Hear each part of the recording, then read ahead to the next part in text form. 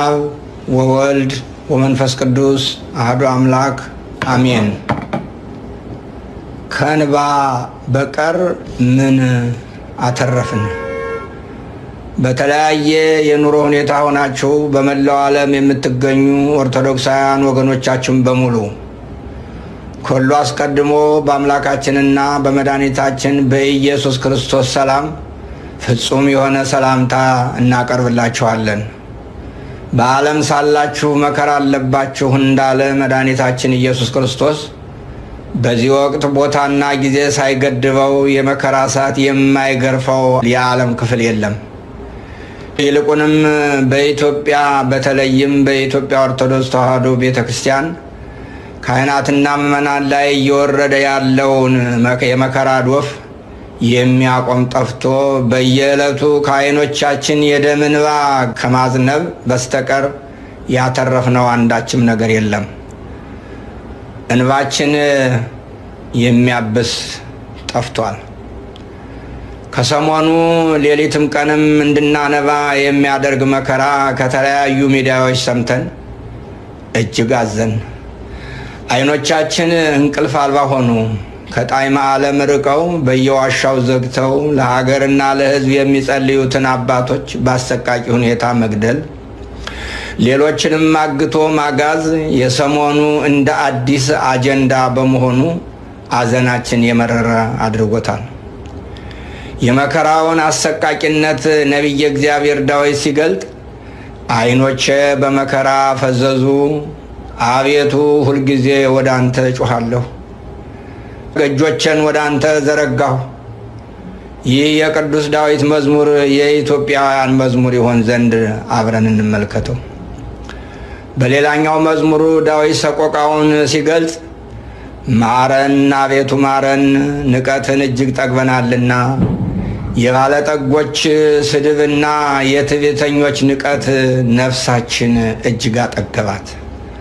መዝሙር 123 ቁጥር 3 እያለ የተማጽኖ ዝማሬውን ያስከትላል። የዚህ ዘመን የኢትዮጵያ ነገር እንባ ባህር ሆኖ ሰው ቢያሰጥም፣ ደም ጎርፍ ሆኖ ሰው ጠራርጎ ቢወስድ፣ የሚሰማ ጆሮ፣ የሚያይ ዓይንና የሚያስተውል አእምሮ የለም ብንል ተገቢነት ያለው አባባል ነው። ይህን የምናገረው ወይ የማስታውሰው ሞት ስለሚያስፈነድቃቸው፣ የተራበ ሰው ሲያዩ ስለሚያስደስታቸውና የበላ የጠጣ ሲያዩና የሰመረ ሕይወት ሲመለከቱ ሐዘን ስለሚሰብራቸው ፖለቲከኞቻችን አይደለም። መልእክቱ ለሁላችን ይልቁንም ለእያንዳንዳችን ነው። መልካም ነገር በሕዝብ መካከል ሲመለከቱ በሐዘን ልባቸው የሚሰበር፣ ነገር ግን ደግሞ ያጡ የነጡ ድሆችና በቢላዋ የታረዱ በሰይፍ የተሰየፉ ሕፃናትን ደም ሲመለከቱ ልባቸው በደስታ የሚፈካ መሪዎች ባሉበት ሀገር የመነኑ ሰዎች መታረድ፣ አዛውንት መምህራንን አፍኖ መውሰድ ምን ሊነግረን ይችላል? ሰው በግፈኞች እያለቀ እየሰማና እየተመለከተ በደስታ ችግኝ ተከላ የሚወጣ ግን ደግሞ ሰዎች ታረቁ ሲባል ነጠላ ዘግዝቆ የሚያለቅስ ክፉ መንፈስ በተጠናወተው የፖለቲካ ስሪት የሰራ አካል ባለበት ሀገር ይህ ለምን ሆነ ብሎ ከመናገርና ከመጠየቅ ይልቅ ይህ የሚቀየርበትን መንገድ ማፈላለግ ነው ቁም ነገሩ። ለዚህ ደግሞ ተግባራዊ ምላሽ ለመስጠት ሁሉም ኢትዮጵያዊ መተባበር አለበት።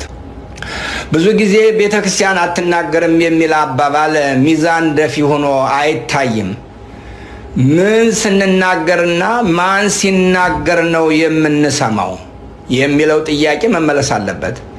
ከዚህ ተነስተን ቤተ ክርስቲያንስ ማናት ብለን ብንጠይቅ ቤተ ክርስቲያን የምትባለዋ ከፓትርያርክ እስከ ተራ ምዕመን ያሉት አባላት በሙሉ ናቸው የሚል መልስ እናገኛለን። ስለዚህ እነዚህ አብያተ ክርስቲያናትና በዚች ቤተ ክርስቲያን ያሉ ምዕመናን በየትኛውም ጊዜና ቦታ ጮኸው እየተናገሩና እያለቀሱ ነው። ሆኖም ግን የሚሰማ ጆሮ፣ የሚያስተውል አእምሮ ከሌለ ለማንና ምን እንዴት ብንናገር መናገር ቢኖርብን ነው የምንሰማው ብለን እንጨነቃለን። የችግሩ ምንጭ መነሻና መድረሻ ከነማስረጃው ራሳቸው በኮድ ነግረውናል። አቶ ጠላቴ ነው ብለው ይህን ቁልፍ ሲፈቱትም ደግሞ አማራ ይጥፋ፣ ትግራይ ይጥፋ፣ ኦሮሞ ይጥፋ ተብሎ ተወስኖ ተነግሮናል።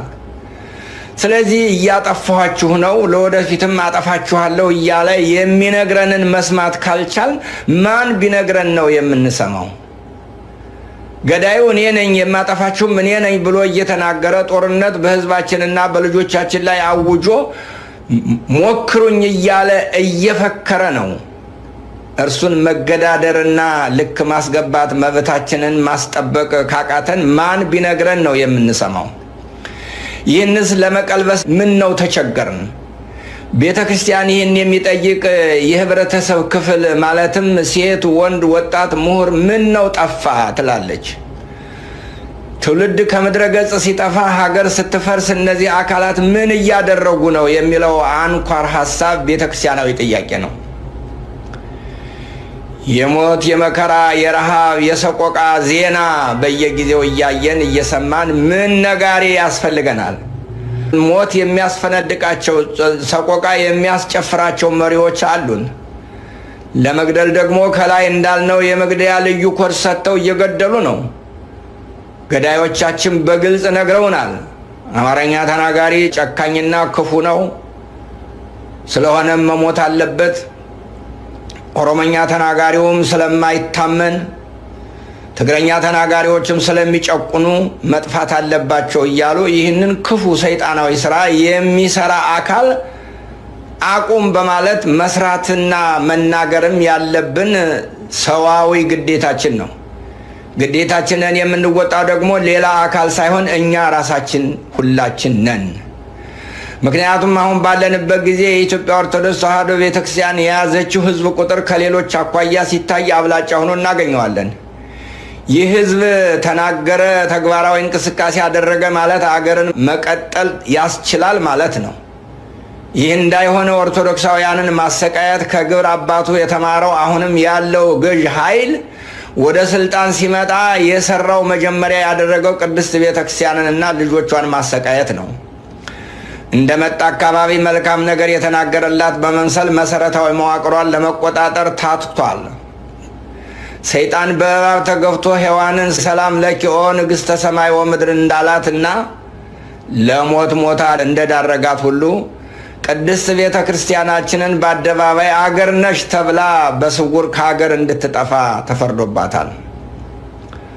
ለዚህ እንደ ታሪካዊ ማስረጃ የምናነሳው የጅጅጋው እልቂት፣ ካህናትና ምዕመናን የአብነት ተማሪዎች በሕይወት እያሉ በእሳት መቃጠል፣ የአብያተ ክርስቲያናት እንደ ጧፍ መንደድ፣ በሻሸመኔ፣ በወለጋ፣ በአርሲ፣ በባሌ፣ በአጠቃላይ በኦሮሚያ ኦርቶዶክሳውያን ላይ ብቻ ያነጣጠረ ግፍና መከራ ስራዬ ብሎ መንግስታዊ የሆነ ጥቃት ማድረስ ወይም ጥቃት እንዳይደርስ አለመከላከል፣ ገዳማዊ አባቶቻችንን ከበዓታቸው አውጥቶ መረሸን፣ ኦርቶዶክሳውያን ከዘግዝቆ መስቀል፣ በሕይወት እያሉ አካላታቸውን መቆራረጥ፣ በባሌና በአርሲ ከኦርቶዶክሳውያን የጸዱ ከተሞችን መመስረት፣ በየትኛው መንግስታዊ መዋቅር ኦርቶዶክሳውያን እንዳይሰሩ በስልት ማስወገድ በጣም ብዙ ከሆኑ መከራዎች ጥቂቶቹ ናቸው። ይህን ያልሰማ ኦርቶዶክሳዊ ይኖር ይሆን? ስለዚህ እንደ ነቢዩ ኤርምያስ ዛሬ እንዲህ እናለቅሳለን። በአባቶቻቸው ዘመን ያደረጉትን በደል ነቢዩ ኤርምያስ የደም እንባ አስለቅሶታል። በዚያ ዘመን በደል ኤርምያስ እየተንሰቀሰቀ የተናገረው አሁን እኛ ለመጻፍ እንኳን ሞራል ያንሰናል። ምክንያቱም ኤርምያስ የዛሬ 3000 ዘመን የተናገረው አሁንም በእኛይቷ ኢትዮጵያ እየተደረገ ስለሆነ ነው። ነቢዩ እንባውን እያነባ የተናገረው እኛ እያለቀስን እንመልከተው። ተወግተው ስለሞቱ ስለ ሕዝቤ ሴት ልጆች ሰዎች ሌሊትና ቀን አልቅሱ። አለቅስ ዘንድ ራሴ ውሃ ዓይኔም የእንባ ምንጭ በሆነልኝ። ስለታረዱ ወገኖች ቀንና ሌሊት አለቅስ ዘንድ ምነው ራሴ የውሃ ምንጭ በሆነ፣ ምነው ዓይኖቼ የእንባ መጉረፊያ በሆኑልኝ ይላል በሌላው አዲስ ትርጉም። ነቢዩ እንዲህ ያነባበትን ምክንያት በተሰበረ ልብ በምሬት ሆኖ ይናገራል። ከሕዝቡ ክፋት የተነሳ ብቸኛ ሆኖ ሰው እያለ ከሰው ርቆ ለመኖር ምርር ብሎ እያለቀሰ መጠለያ ፍለጋ ሲንከራተት እንመለከታለን። ከዚህም ጋር አመንዝራና ክፉ ነገረኛ ነውረኛ ትውልድ ጋር ከመኖር በምድረ በዳ ተንከራትቼ ከአውሬ ጋር በበረሃ ብኖር እመርጣለሁ ብሏል። ዛሬስ የኛ ምርጫ ምን ሊሆን ይችላል? ሐሳቡን እንዲህ ይገልጣል። ሕዝቤ ሆይ ሕዝቤን ትቼ ርቄ እንድሄድ በምድረ በዳ የእንግዶች ማደሪያ ማን በሰጠኝ? ሁሉም አመንዝሮች አታላዮች መንጋ ሆነዋል የሚለው የነቢዩ መልእክት የእስራኤል በደል ትንተናውን በዚህ አልቋጨውም። አሁንም በሀገራችን የሚደረገውን የሴራ ፖለቲካ በቅጡ የተረዳ ዘጋቢ የሚመስል ትኩስ ዜና ያስነብበናል። ከ3000 ዓመት በኋላ ምንም አይነት የግብርም የዓላማም ልዩነት ሳይኖረው እንደተገበረው ሲገልጽ እንዲህ ይልልናል። ምላሳቸውን ስለ ሐሰት እንደ ቀስት ገተሩ፣ በምድር በረቱ፣ ነገር ግን ለእውነት አይደለም፣ ከክፋት ወደ ክፋት ይሄዳሉና እኔንም አላወቁምና ይላል እግዚአብሔር። ወንድምም ሁሉ ያሰናክላልና ባልንጀራም ሁሉ ያማልና እናንተ ሁሉ ከባልንጀሮቻችሁ ተጠንቀቁ፣ በወንድሞቻችሁም አትተማመኑ። ሰው ሁሉ ባልንጀራውን ያታልላል፣ በእውነትም አይናገርም። ሐሰትን መናገርንም ምላሳቸው ተምሯል፣ ክፉን ለማድረግ ይደክማሉ። ከዛሬ 3000 ዓመት በፊት የተፈጸመና የተነገረ ታሪክ ዛሬ ላይ ምን ይጠቅማል የሚል ጥያቄ አይጠፋም ይሆናል። የእኛ መልስ ደግሞ ዛሬ 4 ኪሎ እየተደረገ አይደለምን? በአጉል ንግግር ለምትሞግቱኝ ደግሞ እንዲህ አስረግጣለሁ። የአሁኖቹ መሪዎቻችን ሊያርዱህ ቢላዋ አዘጋጅተው በእውነት እኔ እንዳንተ ያለ የማከብረው ሰው በዓለም ላይ የለም ይሉሃል። በመጨረሻ አርዶ ሲጥልህ እያየ የሚስቅብህ አብሮ የሚሰራው እሱ ነው። 30 ሰዎች በ30 ቦታ ሰብስቦ ቢናገር ነቢዩ እንዳለው ምላሳቸው ስለ ሐሰት እንደ ቀስት ገተሩ። መልሱ ለ30 ሁሉ የሚወዱትን እንጂ እውነቱን ሳይነግርህ የሚውለው በስራ ልጅ ሲተረጎም የማይችል የቅዠት ነገር አይደለምን? አንተን የሚያወራህስ የራሱን የውሸት ስራ ከሰራ በኋላ አይደለምን? ለዚህ ሁሉ ከወዳጁ ይጠንቀቅ የተባለው ሲያብራራው ወንድም ሁሉ ያሰናክላልና ባልንጀራም ሁሉ ያማልና እናንተ ሁላችሁ ከባልንጀሮቻችሁ ተጠንቀቁ፣ በወንድሞቻችሁም አትተማመኑ።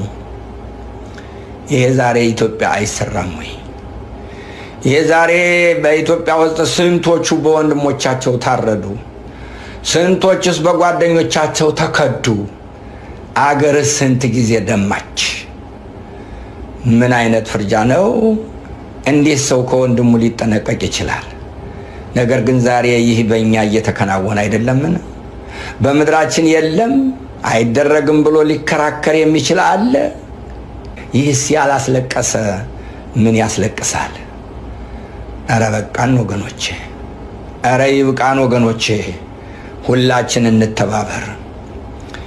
የደጋጎች አባቶቻችን አምላክ በሰማዕትነት ያረፉትን ገዳማውያን አበውን በሃይማኖታቸው ምክንያት የሞቱ የሞት ጽዋ የተጎነጩት ካህናትን ምዕመናንንና ለጋ ወጣቶችን ሕፃናትን የሕፃናትን ነፍስ እረፍተ መንግሥተ ሰማያት ይስጥልን እያልኩና እየተማጸንኩ በደረሰውና እየደረሰ ባለው ሞት፣ መከራ፣ ረሃብና ስደት የተሰማኝን ልባዊ ሐዘን እገልጻለሁ። እግዚአብሔር አምላካችን ከዚህ መከራ ይጠብቀን። የቅዱሳን አማላጅነትና ረድኤት በአገራችንና በምድራችን ይሁን። የእናታችን የቅድስት ድንግል ማርያም ጸሎትና አማላጅነት አይለየን። ወስብሐት ለእግዚአብሔር። በስመ አብ ወወልድ ወመንፈስ ቅዱስ አሐዱ አምላክ